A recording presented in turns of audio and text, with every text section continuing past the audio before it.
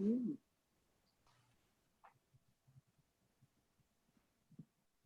Oh, wow. Yay.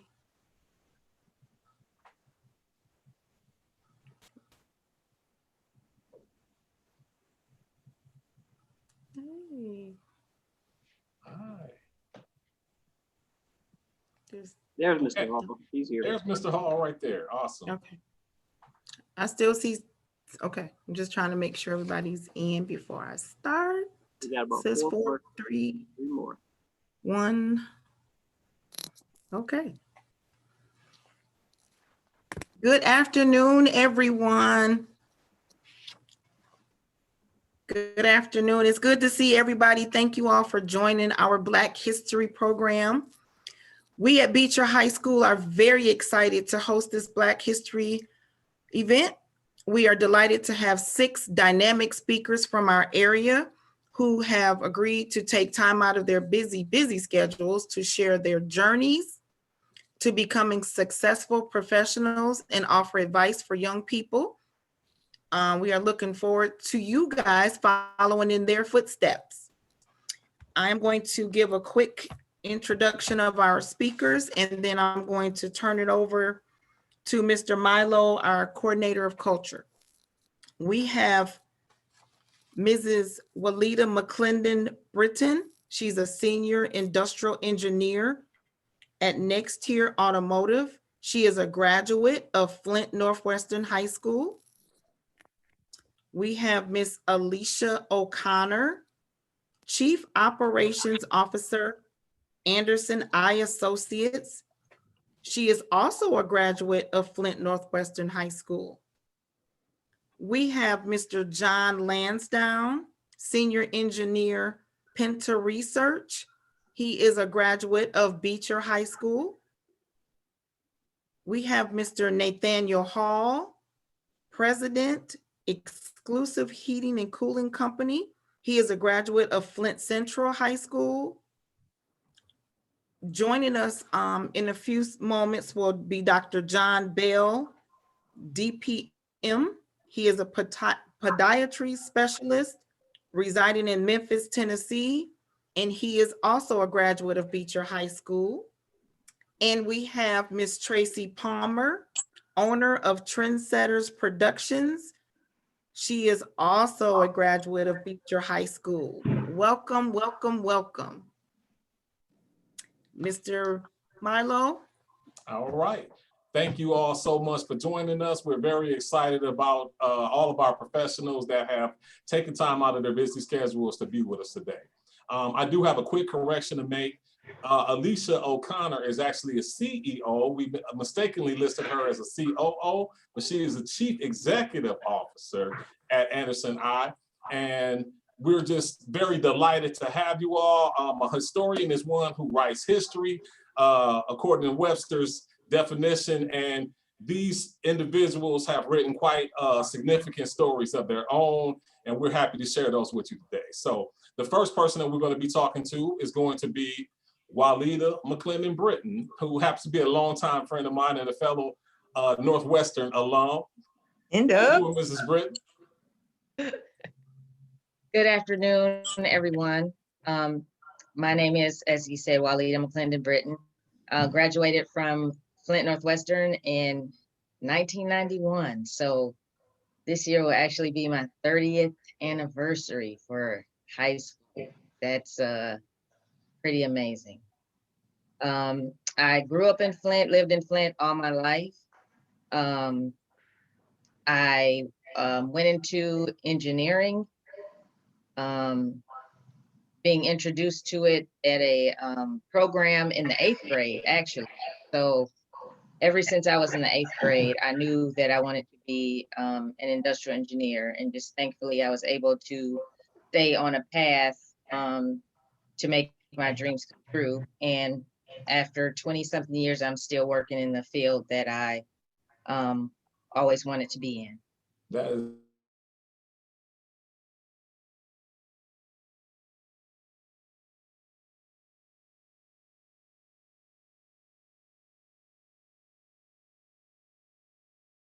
so that they can go home each day to their family, and still be the same way that they came into work. Got you, got you. Well, I know you mentioned being introduced to engineering in middle school. How do you feel that high school prepared you for your future? High school, I loved school, period. I was a nerd. I was a band nerd. So anybody that's in band or marching band, stay in it. It's awesome. But I always loved math. I always loved science. And so the engineering field was something that my counselors and everything guided me to. I attended what used to be GMI, Engineering and Management Institute. It's now Kettering. Right. It was the only college I applied to, so thankfully I did get in. I don't know what I would have done if I hadn't got in, but it was literally the only college I applied to. It was also where we took classes for in my pre-engineering program. It was called Aspire back then. So Okay. for anybody that's looking to get into a particular field, definitely reach out to your counselors and try to see if there's some program that you can do even while you're in high school to get more resources and information about that particular field. Okay, well, now working as an industrial engineer and on the pathway to becoming that type of professional, what would you say is the most challenging thing you've had to overcome in this journey? One of the most challenging things was being told that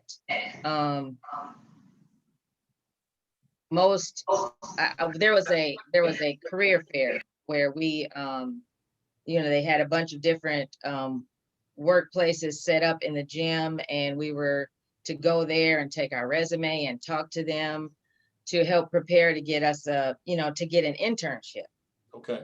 And I don't even remember which company I went over to, but I handed them my resume and told them I wanted to be an industrial engineer.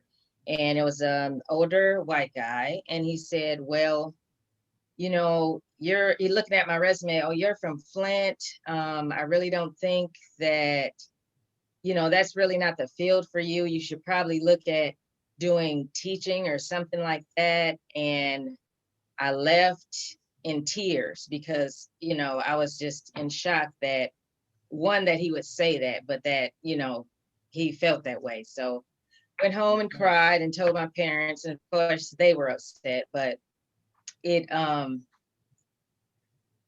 just gave me support, and just knowing that it's what I really wanted to do. And because of the program that I was in, I knew there were other Black female engineers. So I stayed on my path. But that was one of the things that was really hurtful. And I would, of course, encounter discrimination along the way, but it just only made me stronger. Well, that's awesome. I mean, your perseverance has definitely paid off. I know you personally, and I know you're a phenomenal woman. What advice in closing, so we can keep things kind of moving, would you give to students that are interested in following a similar pathway? I would say, like I said, definitely reach out to your counselors. And if they don't know, then even go to around your community resources, the Community Foundation. I'm a member of Delta Sigma Theta and Sorority Incorporated. And so we have youth groups, many youth groups around the city, though, that we can provide information and resources on career paths and help you get a mentor. I would especially advise you to get a mentor in the field that you want to go in. Okay, well, thank you so much. We really appreciate you making time to speak to us today and to share your story with us in part. I know it's an abbreviated version, but we definitely appreciate you, okay?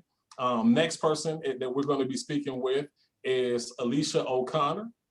So Alicia O'Connor is, again, a Chief Executive Officer at Anderson Eye Associates, which is located in Saginaw.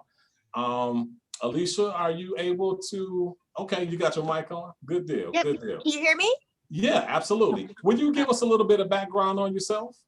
Okay. Well, as Cree said, my name's Alicia O'Connor. I graduated from Flint Northwestern in 1999. Attended U of M Ann Arbor, and received my bachelor's in English literature. And most recently completed my master's in business administration at Northwood University up here in Midland.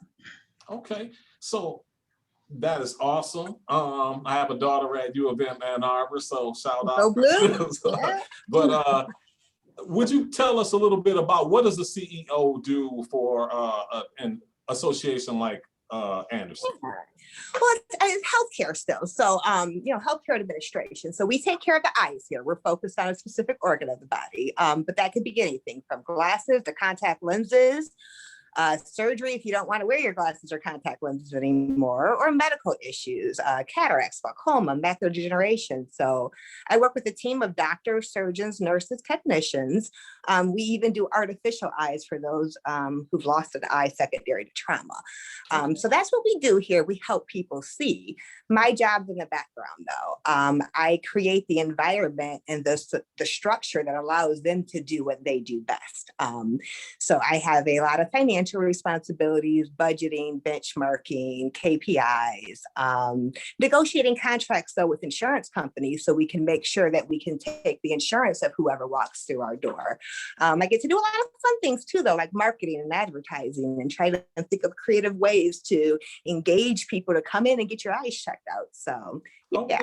lots of stuff Well, going on. But sounds very busy. I'm sure you're juggling every day. Thinking back about your time in high school, how do you feel that high school prepared you for your future? I wish I could say I definitely didn't always know what I wanted to be.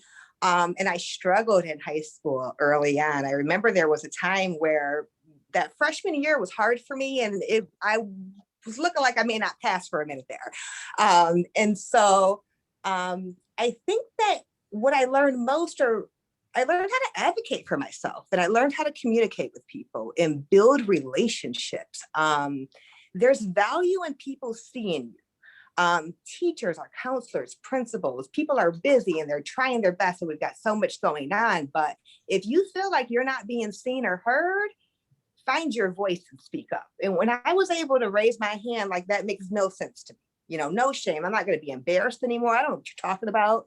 I really began to embrace the experience and learn a lot. And to this day, there's teachers that I still talk to, just great relationships, and doors were open when I learned to communicate and speak up.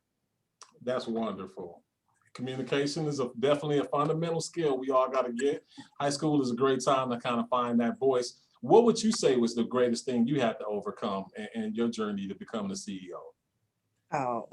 Yeah, fear of failure, definitely. I tend to, if it doesn't come natural to me, I'd rather not. I'll sit this one out, right? And so really opening myself up to look past what I didn't already know and trying new things, exploring different options. Once I got over that fear of, but what if I'm not good at it? Then it was just like, hey, I'll give it a go. This sounds interesting. This sounds fun. Let me see if this works out for me. And so, yeah, lots of doors opened up at that point. So it was a game changer for me. Being outgoing definitely has its reward. So yeah. In closing, what advice would you like to give? If, let's say you were talking to your 15-year-old self, what would you tell yourself and would help you go along your path? Pay attention in math class, even algebra, because you actually will use that someday. No, I hated math in high school. But no, I think regardless of what you want to do, or even if you don't know, it's okay right now to have no idea what you want to be when you grow up. That's okay. But if you have any idea, this sounds interesting, or I think I might like this, call someone up. You want to be a CEO? Call me up and come spend a day with me. You want to be an engineer? Call one up. Reach out to your counselor, to your teacher. Build relationships, see what it actually looks like. You may fall in love and think this is for me, or you may realize, I'm gonna try something else, but don't be afraid to try. Well, thank you so much. We really appreciate you, Miss O'Connor. Thank you. We would Thank you. definitely try to connect our students. Because of time constraints, we really weren't able to open up the chat and take questions this time, but we will try to make sure we have some connections available for students that are interested in following up with you all. So thanks again. The next person that we will be speaking with is Mr. John Lansdowne, who is a graduate of Beecher High School. How are you, Mr. Lansdowne? I'm well. How you guys doing? Doing wonderful. Thank you for taking time to join us. Would you give us a little bit about your background, sir? Well, I am a Beecher graduate of the class of 1989. I moved from Beecher and started school at Alabama A&M, which is an HBCU in Huntsville, Alabama, where I possess a degree in physics, Okay. 36 hours toward a PhD in physics. So I am a nerd, pretty much a nerd. So I've been working in test engineering support in the Department of Defense for the last 29 years. I also owned John Lansdowne Photography and Film, which is a full production house. So Wow. we do portraits, videos for corporate and seniors. Got you. Okay, that's phenomenal. So you said you working for the Department of Defense as an engineer. What is a day in the life of someone like that? What does that look like? Let's see. So I'm a flight test engineer. Okay. So I spend most of my time on the road. So between Hawaii, a small island between Guam and Hawaii called Kwajalein Atoll, Colorado Springs, Alaska, and Florida. So I spend a lot of my time testing weapon systems to protect us, but recently to be more an offensive weapon. So I spend a lot of time on the road. Gotcha. Well, if you need somebody to roll with you to Hawaii, And that's I right. definitely, I will make time for that. I think I can get the hook up for somebody to give me a little free time on that. Now, thinking back to your days in Beecher, when you were in Bucktown at the high school, how do you feel the high school helped prepare you for your future? Well, there was a unique program, and I'm not sure if it's still around, but it used to be Upward Bound. It was at U of M. And that was just the best thing to build the bridge for me. Great. I was able to, learn better studying skills because they weren't really where they needed to be to go into physics. Also, they helped with our ACT scoring and also gave us enrichment trips. And because when I first went to, when I first got to high school, I mean, I love math, but I couldn't write worth anything. And SAT, they're gonna make you write a little bit of something. Yeah. So I had to build on those things. Upward Bound helped me push and to become, more outgoing because I was kind of quiet. I was in the band, but I was still kind of, I had my little clique. But it helped me grow and be able to speak in front of people. That's awesome. I am also a band person myself. Bands are highly represented here today. We love that. Some of the greatest people are musicians. So let me ask you this. Did you always want to be in the career path that you're in, being an entrepreneur and an engineer? When I first came to Huntsville, I was an electrical engineer major. And I really wanted to work for NASA. That was my goal. The end all be all. This was my plan. I was going to work for NASA. But when I got here, they had a hiring freeze. Okay. So I had to make adjustments. Life is not always giving me roses. I had to make adjustments and change my career path, but I don't regret it at all. It has been fantastic. I have seen the world on somebody else's dime. That's awesome. What would you say is the greatest thing you've had to overcome, sir? I was one of only, when I was in school, I was sponsored by the National Science Foundation. I was one of only 100 African Americans with a degree in physics, with an advanced degree in physics. So it came with its challenges when it was time to, go out looking for a position. Even when I applied for a job at home, they said, I was trying to work at General Motors. They said, hey, you're a physicist. We're not trying to blow something up here. We're trying to build things here. Gotcha. And I was like, well, really, is that really? I mean, I took every engineering course that every engineer takes. I mean, is that what's going on? So it was tough kind of getting that first position. But once I did finally get it, it's just rolled from there.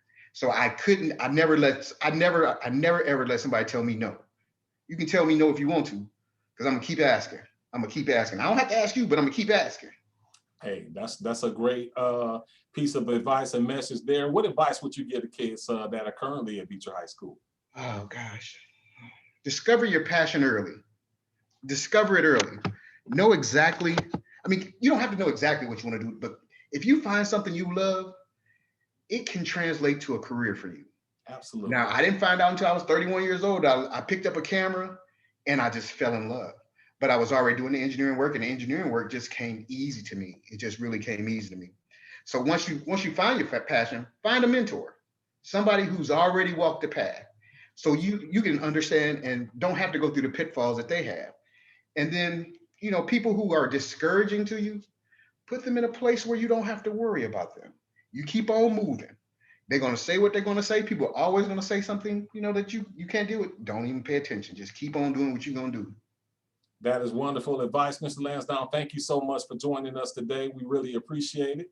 Our next distinguished guest is Nathaniel Hall, who I do need to make a quick correction for Mr. Hall.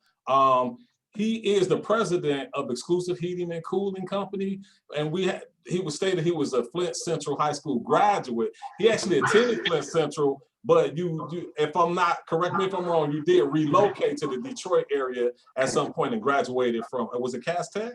No, I actually graduated from Rochester. Rochester. Okay. Yeah. Okay. Will you give us a little bit of your background, Mr. Hall? Yeah, so I graduated high school in '94. Shortly after I got out of high school, actually while I was in high school, I was working at a restaurant, at a Ponderosa Steakhouse in the Rochester Hills area. And due to my family or my living situation, college wasn't necessarily a path that I could have taken at that time. So I used some resources within the area, within some friends, and friends I went to school with, to find a job at a heating and cooling company. Okay. And when I first started out, I was working in the shop. I was a delivery driver. I've seen all of Michigan from east to west, just in my travels with deliveries. And so after that, I was able to go out into the field within the same company and learn installation. But we did a lot of new construction. So at that time, there was a big building boom right around 95, 96 in Canton, right around Canton, Michigan area, Ann Arbor, southwestern Michigan. We did a lot of work. And so I worked at that company for about 4.5 years, and then the light bulb went off. And I had the time that I needed to qualify to take a state test to get my mechanical license. And so I started to do the research and the testing and test preparation, and took the test and was able to obtain my mechanical contracting license. Okay. So for the past 19 years, I've been the president of Exclusive Heating and Cooling. That's awesome. That's awesome. Now, when you were in high school and back in your school days, were you always kind of a hands-on person? Was this always something you kind of had in mind in terms of your future working with skilled trade, or did you have other things that you wanted to do? You know what? I didn't. I didn't know which direction I was going in. At that point in time, I was really just looking for a job. It kind of developed into a career for me. Because I tried to run away from it for a long time. I can remember taking days off from the company that I was working for to go interview for other positions. And I think the turning point for me was I went to an interview. I found a job listing in the newspaper. And I went to the job listing, and it was a sales job, but that's all they told you. So, I get there, I'm dressed appropriate, my tie on, my shirt and everything. And I go into this place and they sit me down, they ask me, if I want some water or coffee. I'm like, yeah, this is nice, And it was an interview for the sale of vacuum cleaners, door to door. And at that point in time, I knew that my options were limited, but I knew I didn't want to sell vacuum cleaners for however long I was going to do that, right? So I decided to dive in, and I had an honest conversation with myself and said, you know, you keep running away from this trade, you keep running away from the job that you have. What happens if you stop running and you face it and you really commit to it? You know, and that's when, you know, overnight, well, it seemed as though overnight my whole life changed at that point.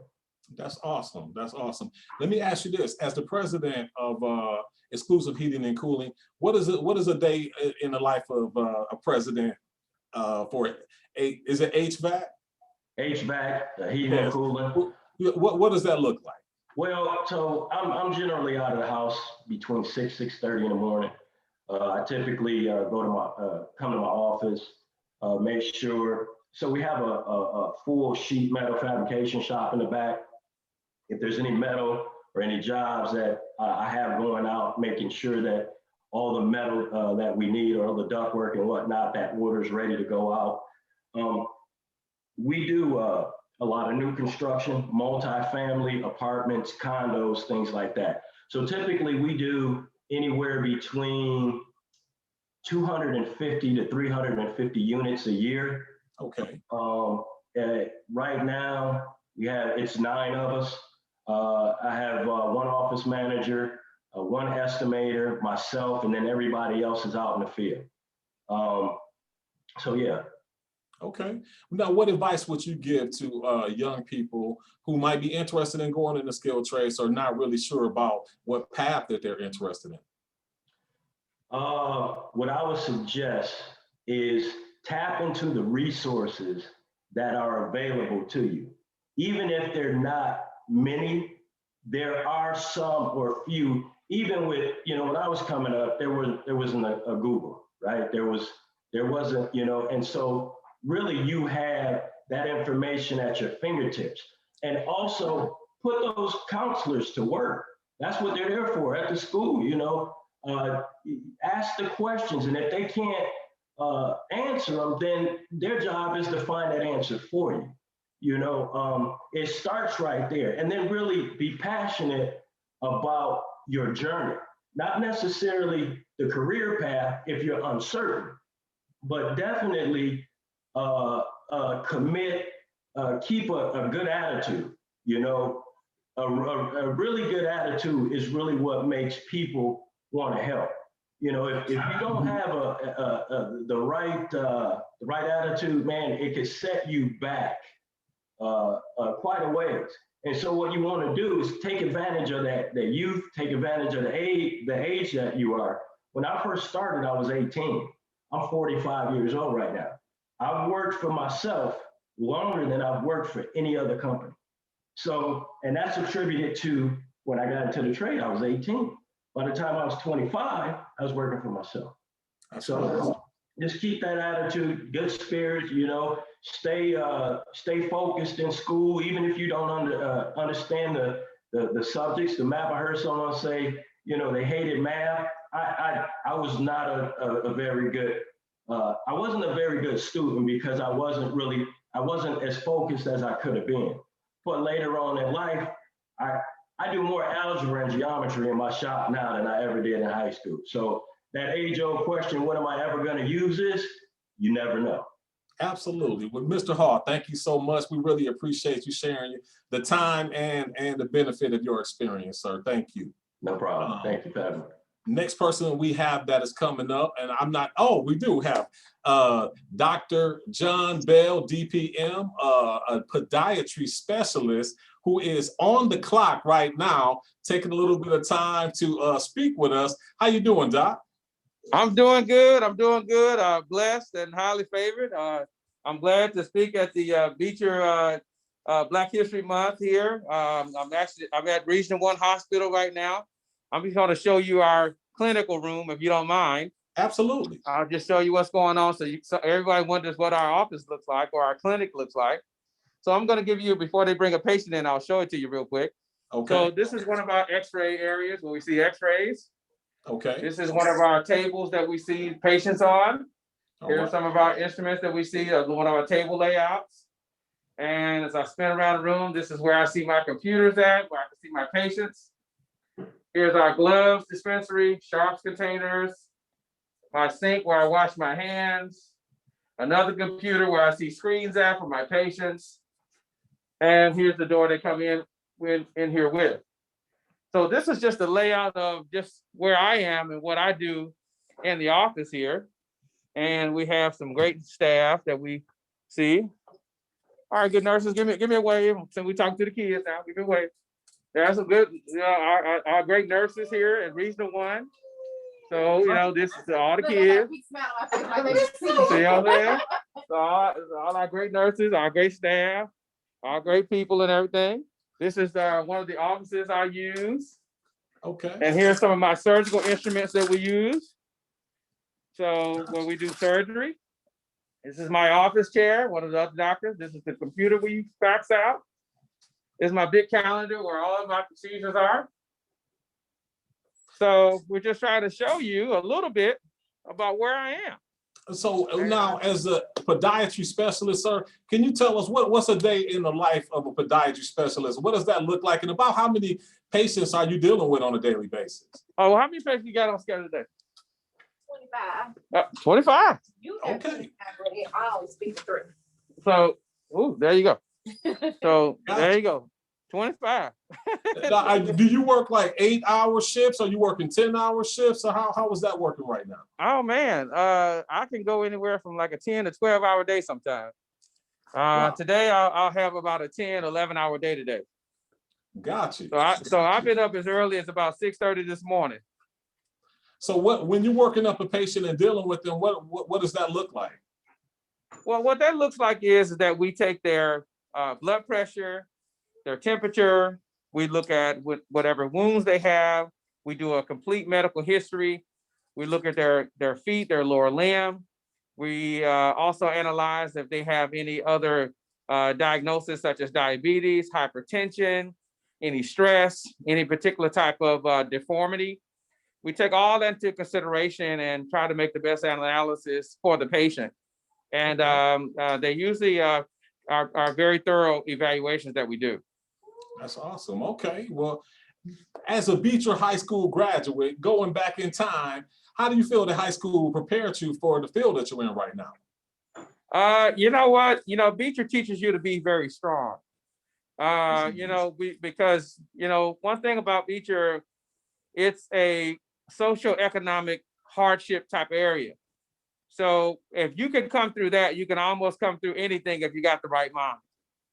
So what I tell people, coming from hard times is not a bad thing, because sometimes a little challenge in life makes you ready for the challenges that you will face in life. Absolutely. But you have to be able to adapt to those challenges. So I tell people all the time, because you may be from an area that may be a little socioeconomically challenged, don't let that grow inside of you, grow from the area. So I tell anybody, and my mom and my sister still live in the Beecher area, but I have a niece who is a doctor now. I have another niece in college now. My little nephews are doing very well. My sister is a nurse. I'm a physician and surgeon. So it's not where you're from, as the great Eric B. and Rakim say, it's not where you're from, it's where you're going and where you're at. Where you're at. You got to know where you're at. Absolutely. You got to know where you're coming from to know where you're going to. Now, And if you have the right mind, not only can you do it, but you need to pursue it. Absolutely. That's the key. You spitting bars now. That's the key. Well, let Not me only ask do you you this. need Did you to always do it, want but to be a doctor? you have to pursue it. Absolutely. Right? Did you always want to be a doctor, Dr. Bill? Always. Okay. At what age, Always. what's the earliest age that you can remember when you knew you wanted to be a doctor? I wanted to be a doctor probably as early as age 11. Awesome. Yeah, same age my daughter is now. I want to be a doctor since then. Man, anybody got a cut on their hand, scrape on their body, I'll be like that to put the Band-Aid and the ointment on them. I love that kind of stuff, man. I love it. And it seemed like it was the worst wounds there were. That's when I was at my best. Wonderful. So now that's what I do now. I take care of a whole lot of wounds and a whole lot of patients. Got you. Now, Yeah. I'm sure everybody is overly familiar with COVID. The Rona world is real, right? For everyone. How has that created a shift in terms of your work experience pre-COVID into this pandemic world we're living in? Well, right now with COVID, as you see me wearing my mask now, Yes, sir. and all of our staff, hospitals and nurses and doctors, we all have to wear our masks in the hospital. So that is one thing that has changed. We all wear our gloves, which you were before, but now we have to have them on with every patient. We have to wash our hands in our sinks, as you can see here, after every patient. And we also have to make sure that we wear special gowns sometimes. If somebody comes in with COVID-19, we have to wear special gowns to keep ourselves sterilized from the patient. So, Gotcha. you know, that has changed. And even with surgery, I used to do a lot of surgery on a lot of patients, but the hospital had a little bit of a temporary hold on that because we had so many COVID patients. So now we try to do a lot in the office now and leave room for patients who are in a lot of emergency situations to go into the OR. So a lot has changed over the last year. And as you know, we've lost at least 500,000 people nationwide. Yes, sir. And our hospital here, we were bombarded with people who were sick about a year ago. I mean, it was really critical here. And so thankfully, as of last year, we started getting our vaccinations. Now, I've had both my shots. And while I have this opportunity, I do want to tell your students, I need everybody to wear their mask. I need everybody to social distance. I need you to wash your hands. And I also make sure that when it's your time to get vaccinated, please, please, please get your vaccinations. It will save your life.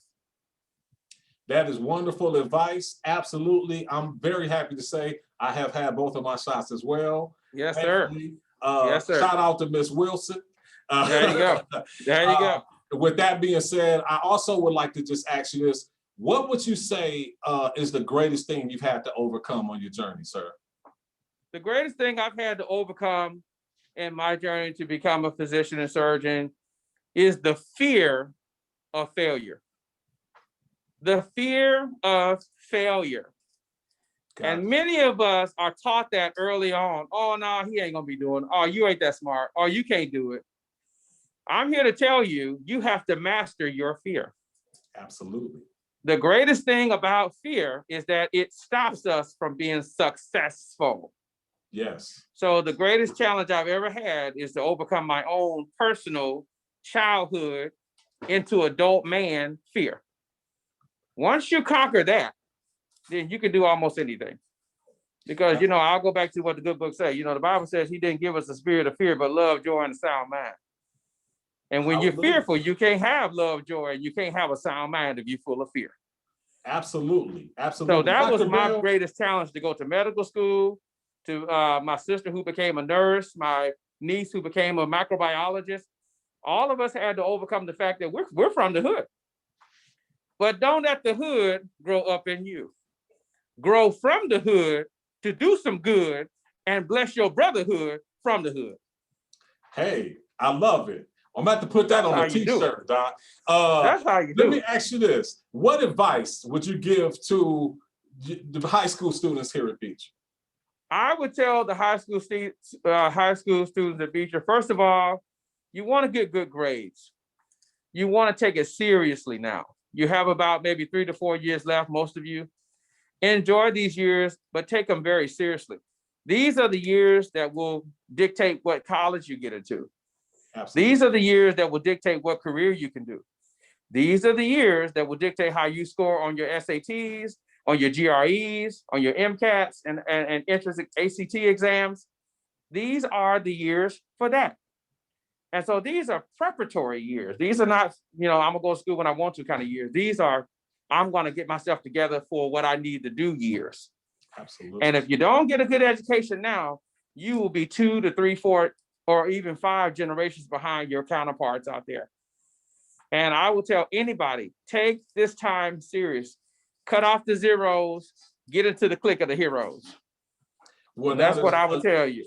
That is great advice. I mean, they say one of the greatest things is going to determine whether you're successful or not is the circle of people around you. Doctor, oh yes, thank you so much for taking time out of your busy day. Please be safe out there. We appreciate Thank you you. saving lives and helping everyone and the wonderful advice that you share with us. Thank you. And thank Ms. Tracy for contacting me, longtime colleague of mine.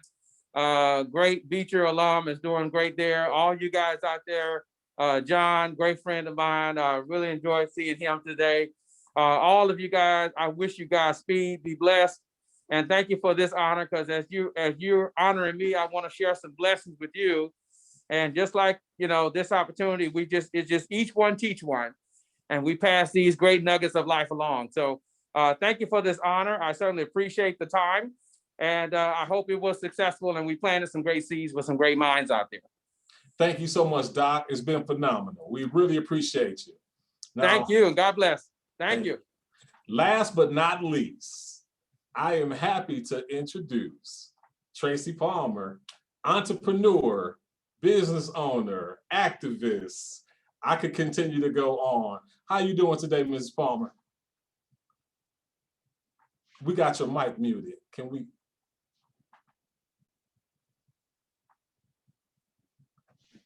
Okay. Hear me now? Okay, yeah, we can hear you now. Hey. Hey, how are you? Well, wonderful. Hi to everyone that's watching and listening. Why don't you tell us a little bit about your background?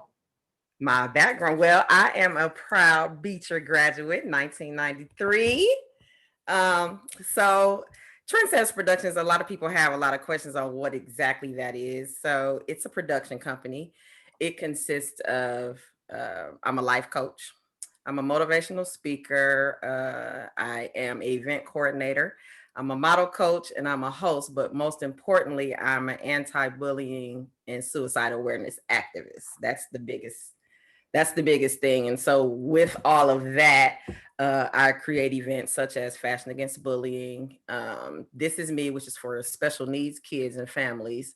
Black Girls Rocks, which honors Black women in our community that are doing some amazing things that, you know, they usually don't get, you know, rewarded or awarded for what they're doing. And with all that, I've gotten 20 community awards. So I'm very proud. And I must say, as someone who has attended some of the events that you have coordinated and put on, it's quite an experience. You know, the red carpet is rolled out when Mrs. Palmer gets down. So with that being said, why don't you tell us a little bit, how did high school help prepare you for being an entrepreneur?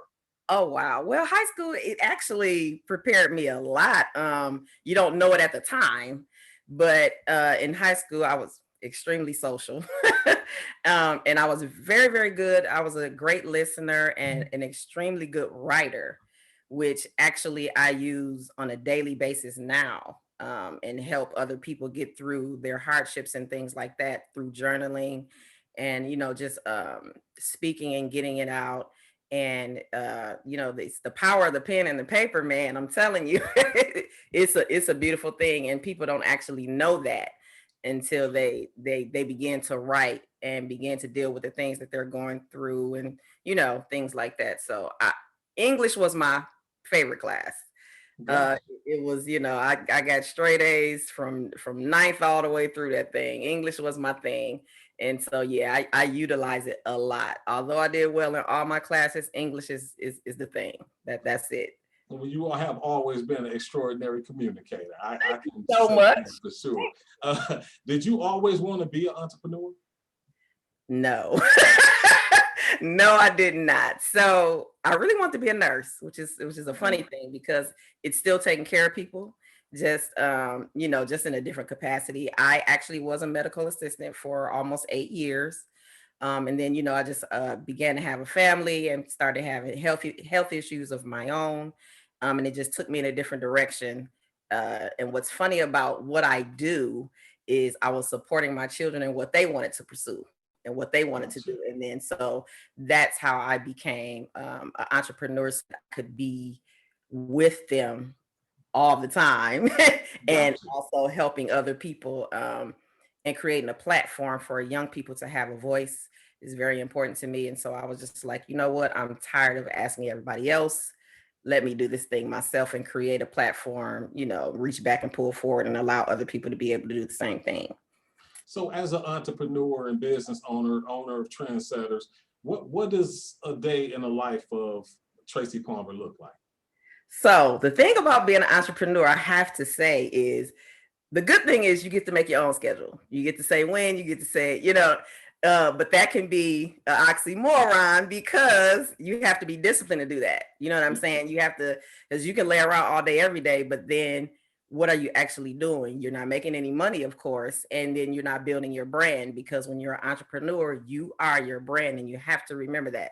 And so, I say to myself, okay, Monday is going to be my day, but the rest of the week, I have to get out there. I have to do something towards my brand to support it, to enhance it, to embrace it, to ensure it, you know what I mean? To recommend it, because it's all me. And so I have to do that every day to secure the bag, period. Gotcha. Hey, so you got to secure that bag. So Secure the bag. let me ask you this. Think about over your journey. What would you say is the greatest thing you had to overcome? Oh man. The greatest thing I had to overcome is believing in myself and knowing that, I agree with everybody saying that you need a mentor, because you definitely do. But at the end of the day, you have you know what I mean? And you have to understand that pouring into yourself is just as important as you finding a mentor, you getting out there and doing stuff for other people. And so I really had to understand first and foremost that I'm enough. You know what I mean? Absolutely. I'm enough. And I can do whatever I set my mind to, with or without other people.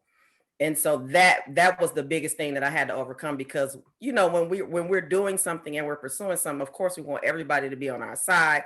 We want everybody to support us. We want everybody to show up for us, and in reality, that's just not going to happen. And so you have to keep pushing. You have to, anything from the song I listen to in the morning, it's pouring into me so that I can get through my day and help other people. I love it. I love it. Well said.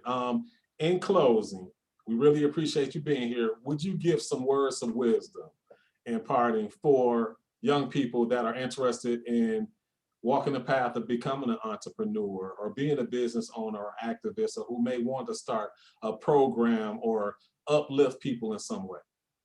Yeah, again, nobody should go harder for you than you. Don't expect that. It should always be extra from other people.